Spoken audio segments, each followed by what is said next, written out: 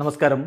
Raf talk ഫുട്ബോളിലേക്ക് എവർക്കും സ്വാഗതം. UEFA champions ലീഗിൻ്റെ സെമി ഫൈനലിലെ ക്ലാസിക് പോരാട്ടത്തിൽ എക്സ്ട്രാ ടൈമിൽ FC ബാഴ്സലോണയെ മറികടന്നുകൊണ്ട് ഇന്റർ മിലാൻ ഫൈനലിലേക്ക് കടന്നിട്ടുണ്ടല്ലോ. പക്ഷേ സെമി ഫൈനൽ മത്സരം FC ബാഴ്സലോണ രണ്ടാം പാദത്തിൽ ലീഡെടുത്തൊരു ഘട്ടമുണ്ട്. 2-3. റാഫിഞ്ഞ 87-ാമത്തെ മിനിറ്റിൽ ഗോളടിച്ചു. ടീം വിജയിച്ചു എന്ന് ഉറപ്പാക്കി നിൽക്കുന്ന ഘട്ടം. പക്ഷേ ട്വിസ്റ്റ് ഉണ്ടായി.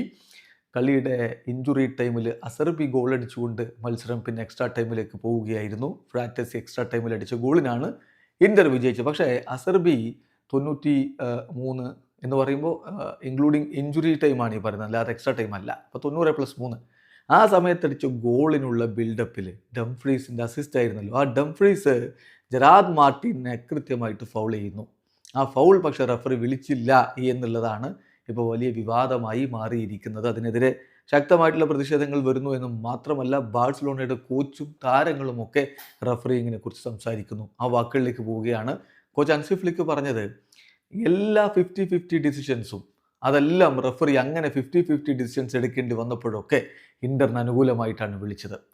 തീർച്ചയായിട്ടും റഫറിങ് ഈ കളിയെ ബാധിച്ചിട്ടുണ്ട് എന്ന് ഹൻസി ഫ്ലിക്ക് പറയുന്നു. കഴിഞ്ഞില്ല.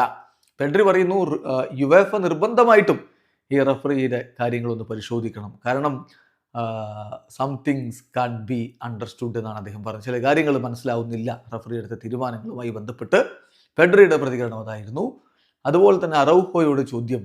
അറൗഹോ വലിയ രൂപത്തിൽ വിമർശനങ്ങൾ ഒരു ഭാഗത്ത് ഏറ്റുവാങ്ങുന്നത്. എന്തായാലും അദ്ദേഹത്തോട് ചോദിക്കുന്നു, റഫറി കളിയുടെ റിസൾട്ടിനെ ഇൻഫ്ലുവൻസ് ചെയ്തെന്ന് നിങ്ങൾ വിശ്വസിക്കുന്നു? അദ്ദേഹത്തിൻ്റെ മറുപടി, ഐ തിങ്ക് സോ.